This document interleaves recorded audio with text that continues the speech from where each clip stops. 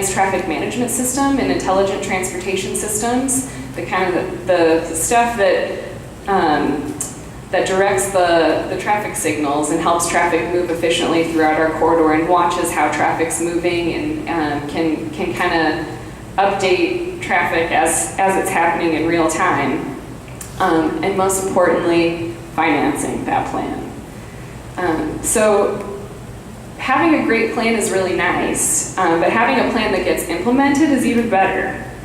So short-term projects, medium and long range, that we'll be looking at implementation of projects along that scale. We'll be asking the public to weigh in on specific projects and the timing that we'd like those projects implemented. There will also be, like I mentioned, a financing component to this plan, and that's how the projects we're planning for will be constructed. And so I'm sure you guys want to know how you can get involved. That's part of why you're here. We're going to be hosting public forums at some strategic points throughout the plan. We have one coming up in June, and more details are to come on that. We're still confirming the workshop location and time, but that is going to be important for shaping the vision of the plan and the different scenarios we'll be looking at. So stay tuned on that. We'll have other public workshops coming up later this fall and then throughout 2020. In addition to the coming in person to participate in a workshop, we're also going to have some online engagement opportunities. So we're really hoping to engage people who maybe aren't able to come to a public meeting. Maybe they work during that time or they're home with their family in the evening. So we're hoping to hear from an even broader group of people than we have in previous plans. We have a public website that's going to launch later this spring, hopefully in the next month or two. We'll have on that website, there will be lots of information about how you can engage in opportunities we have coming up, as well as surveys and an interactive input map. So people can pinpoint exactly where the issue is they're talking about and tell us what's going on and what they'd like us to work on. Also, follow us on social media. Our plan, we're not going to have a separate social media account for our plan, but if you'd follow the city on either Facebook, Instagram, Twitter, we're on all those sites. But if you'd like to be added to our contact list, please send me an email. I've got some business cards that I'll put up here so you can take those and let me know. Or come and share your email address with me and I'll write it down. So last but certainly not least, while we anticipate the plan's going to take us about 18 months to complete, that doesn't mean that we're not starting any new projects in the meantime.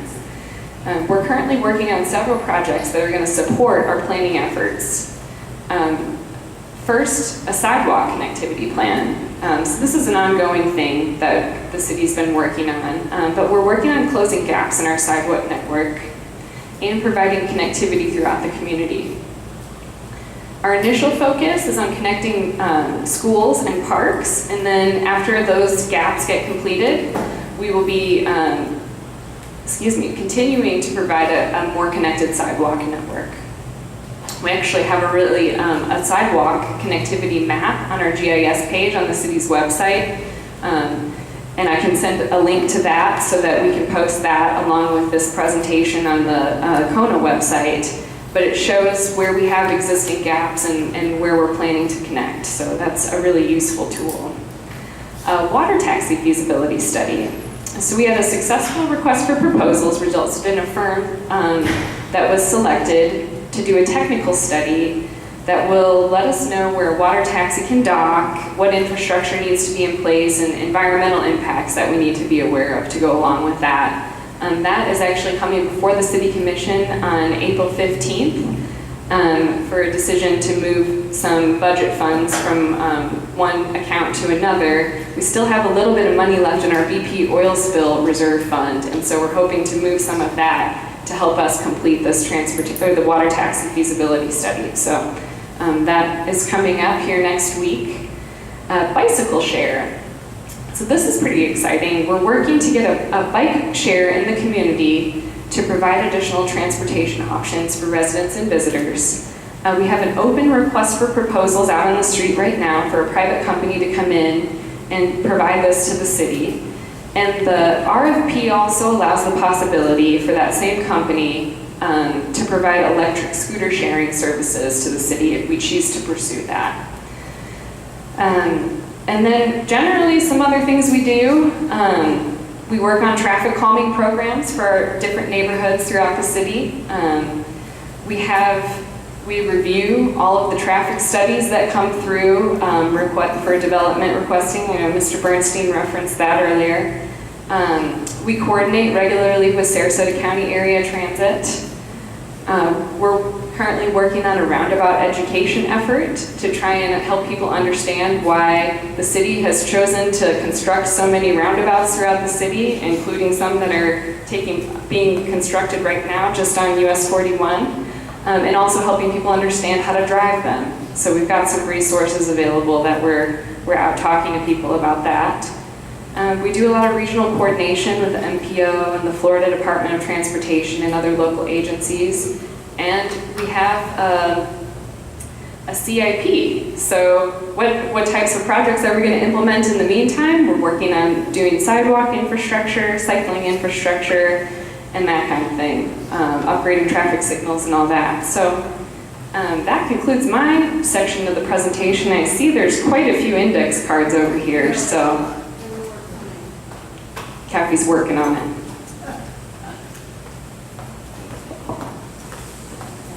The first one is at the corner of US 41 and US 301, would Florida DOT consider a one-lane flyover either southbound 301 or northbound 41, or a one-lane flyover on US 41 over 301 southbound.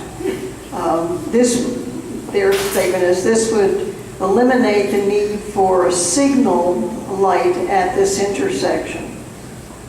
That's a good question.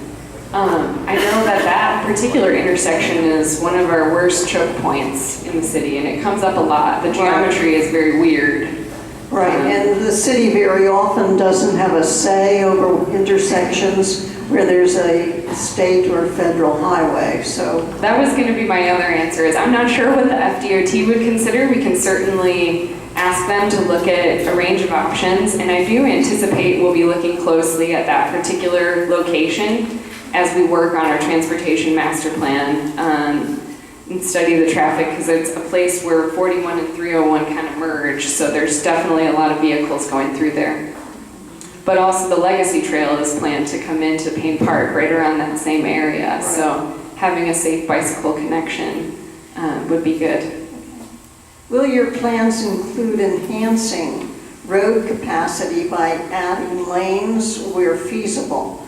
The additional comment was, in recent years, the city staff has rejected such improvements by saying that automobile traffic should be made difficult to force people to walk or bike wherever they need to go, and to take buses. And their comment is buses gets caught in traffic too.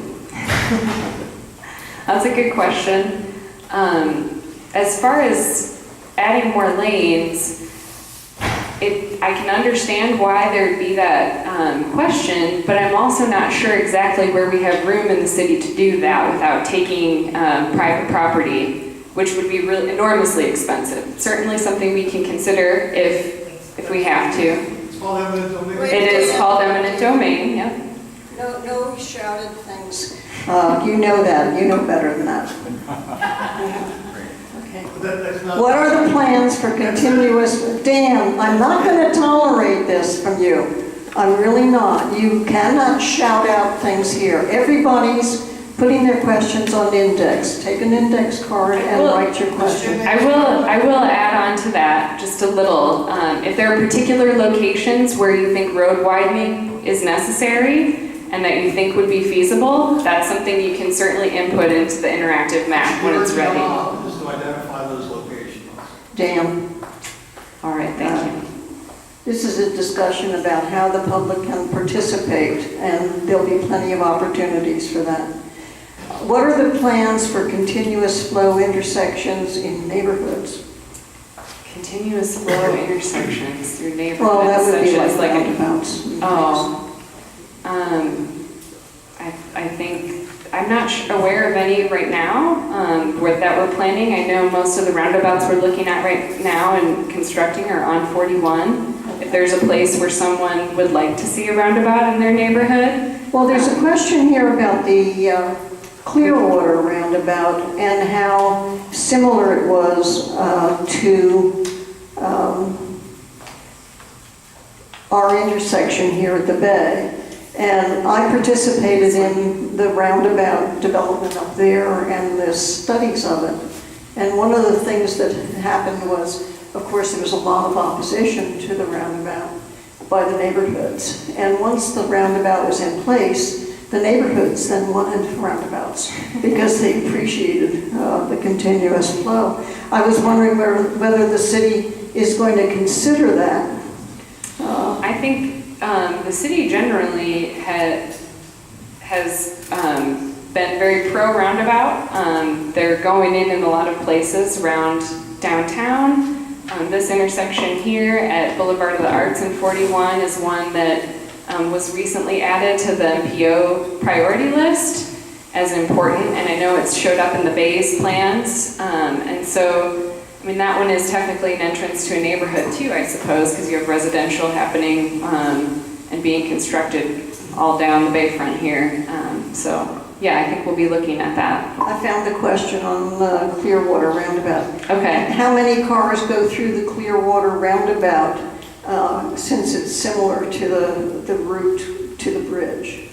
I don't know that off the top of my head. I do. Okay. It takes. Well, I'm lucky to have you. Yes, it takes 60,000 cars a day. Okay. And that's the way it was engineered, and they've actually recorded as many as 90,000 cars a day going through the Clearwater roundabout. Yeah, it's interesting that roundabouts really help traffic move so much more efficiently because you never have to wait at the red light, so it can continue to process cars the whole time. That was one of these questions: how do roundabouts increase the numbers that go through an intersection? And people don't understand that slowing traffic down enables more cars to go through. Maybe you can talk a little bit on that. I will try to explain. So with the roundabout, because you're never sitting at the red light, you never have to wait while there's no cars coming the other direction. So it seems counterintuitive that while you're moving more slowly, that you're actually moving more efficiently. But it's the case, even though, because, I mean, I'm looking out here right now at this intersection. So there are very few cars coming north-south on US 41, but all of these cars are stacked up trying to get out on Boulevard of the Arts. And there's they have to sit there and wait. If there was a roundabout there, they would just have to wait for a break in the traffic, and then they could make their move slowly. But roundabouts are also better for pedestrians because cars are moving slower, so a pedestrian has a chance to look and make eye contact with the driver and cross the street. This relates to that. Could you talk about the importance of safety in the context of the Dangers by Design report? Yes. So that report that came out earlier this year, it's a report that Smart Growth America puts out every couple years about the entire United States, and they look at what they call the Pedestrian Danger Index. And it's the number of pedestrian fatalities and crashes compared to the number of people who are walking to work. And they use the census data for that, an American Community Survey, to look at how many people are walking to work. And so in the past, Florida, some of the worst places as far as the pedestrian danger index is concerned, have been in Florida. Last time they put out their report a few years ago, Sarasota, Bradenton, Northport area was in the top 10. And this year, we were number 4 in the United States for pedestrian danger index. It's not a top 10 list we wanted to be on, but I think that that does support efforts to improve the environment for pedestrians, and if you're doing that, you're also making the road safer for vehicles too. So that we will be looking closely at improving the pedestrian environment as part of our transportation master plan, and it really makes clear that this work is more important than ever, I think. Sarasota is a dangerous place for bicyclists and pedestrians. So far, very little implementation of complete streets has occurred. How are you thinking of implementing safety measures? Sharrows are not safe. I agree. Yeah, I do agree with that. I think sharrow is sort of what you put in if you can't fit anything else. It's more of a wayfinding for bicyclists than anything. That doesn't provide any protection. Or really explain to the car it just says a bicycle could be here. So bike lanes are better because you have a designated place for a bicyclist in the road and the car can look to expect a bicyclist there. Protected bike lanes are even better than bike lanes. The data really shows that some people wouldn't even consider getting out on a bicycle unless they're in a protected bicycle lane. So there's kind of a spectrum of cyclists out there, and there's some who are really comfortable in the road. They're fine getting out and riding. That's the more brave person. There's some who are interested but concerned, and the protected bicycle lanes kind of speak to that person. And then there's, families out there with their kids who would really prefer a more like a trail type of environment, totally away from cars. So we're trying to look at all those types of options and what we're getting ready to do at the city level, planning-wise. So there's, I was answering the question about adding lanes for cars earlier. I mean, the same kind of goes with bicycles. Like, there's not a ton of room out there to add protected bicycle lanes to our environment. So you have to really weigh different options very carefully when you're investing in that type of infrastructure. So that's really, we'll be asking the public to weigh in on how to prioritize that kind of stuff throughout our planning process. Since the 1980s, mass transit has not succeeded in Sarasota and Manatee counties.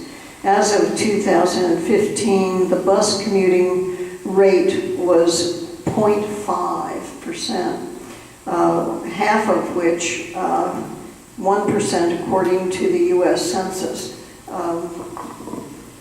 The basic problem is our area is not dense enough for mass transit.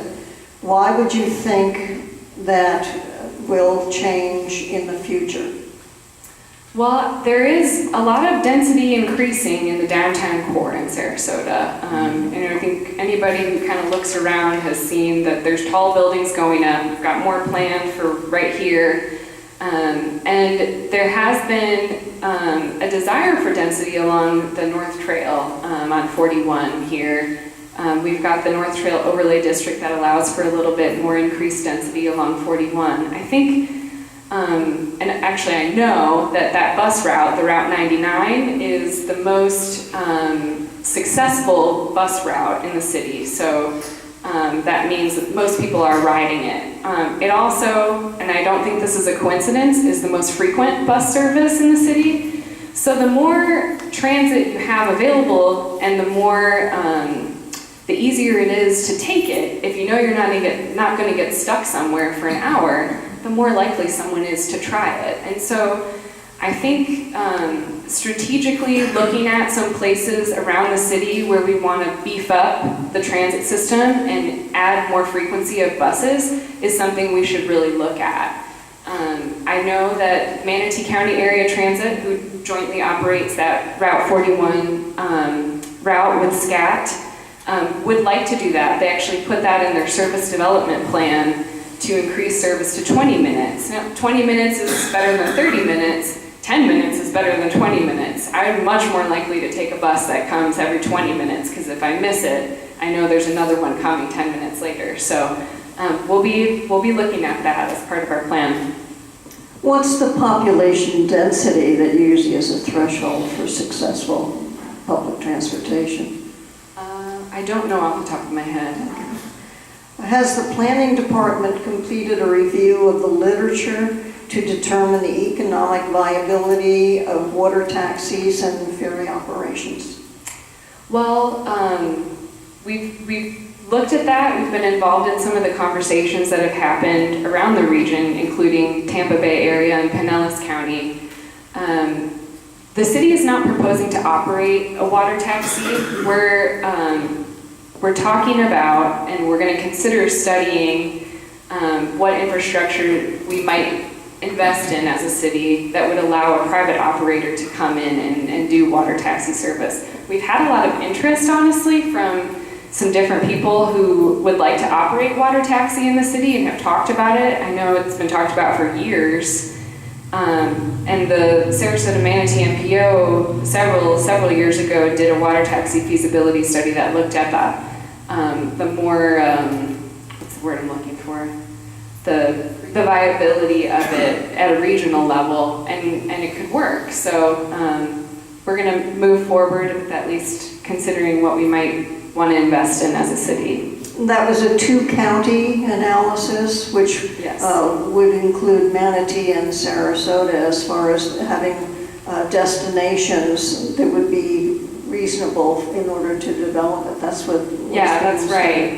There was a gentleman who was saying that he could provide water taxi operations between downtown Sarasota, and it would only take 40 minutes to get to Anna Maria Island. And honestly, that's faster than driving. I would definitely take it if it was frequent enough. So, I've got a couple of questions here about our the gridded streets, which is the most efficient thing that you can have in order to reduce congestion in a community. And the two questions are, one is, are there any plans to reconstitute our damaged grid?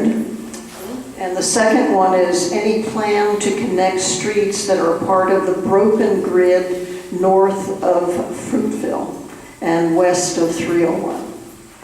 the short answer is yes, we will be looking at that stuff as part of our master plan. So we're not afraid to look at punching through streets and where it might make sense to complete our grid so that it's easier to get around the city. I mean, when you have a good grid network, if there is some sort of incident, that gives people alternative paths to get through an area, and it does help with congestion. So we'll look at that. There are only so many places where the east-west grid connection can happen in north of Fruitville in the city, and so I know in the past that's been really controversial for certain neighborhoods. So I'm not promising that we're going to punch through an east-west street in North Sarasota, but it's part of the conversation. So.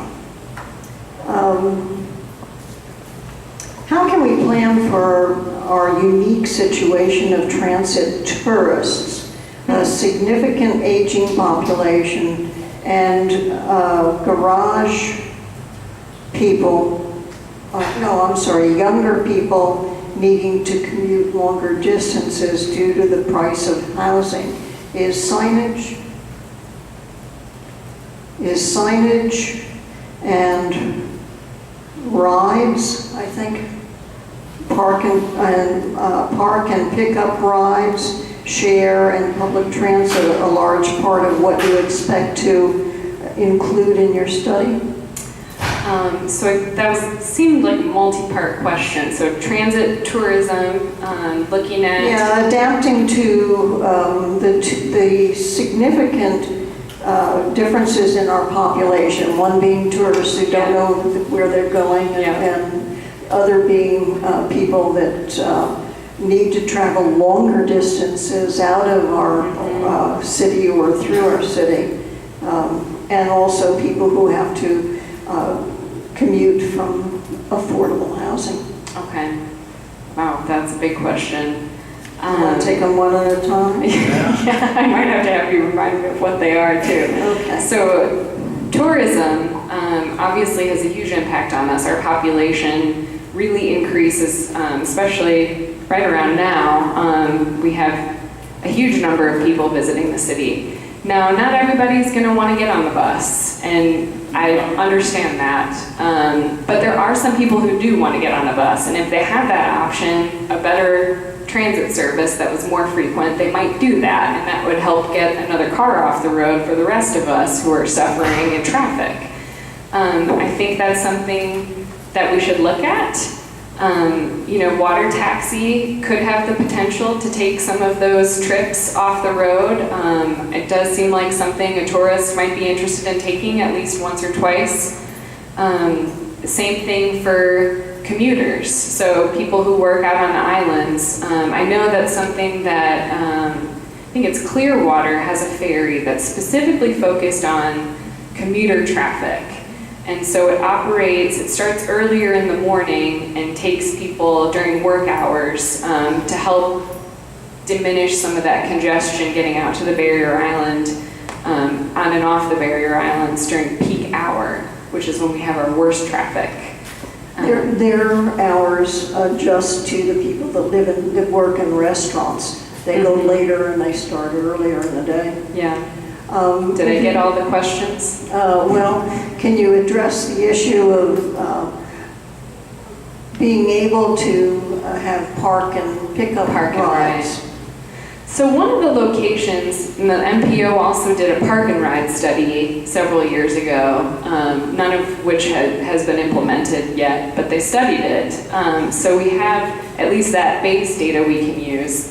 One of the locations for park and ride is right out here, where we have a nice big parking lot at the Van Wezel. Now that is not going to be there longer term if the Bay redevelopment does happen. But that is one place where, for example, a water taxi could stop and people could get picked up to go to the water taxi or get picked up to take transit to southern parts of Sarasota County, for example. What 5 low-hanging fruit transportation improvements do you see right now that are no barrier to quick fixes?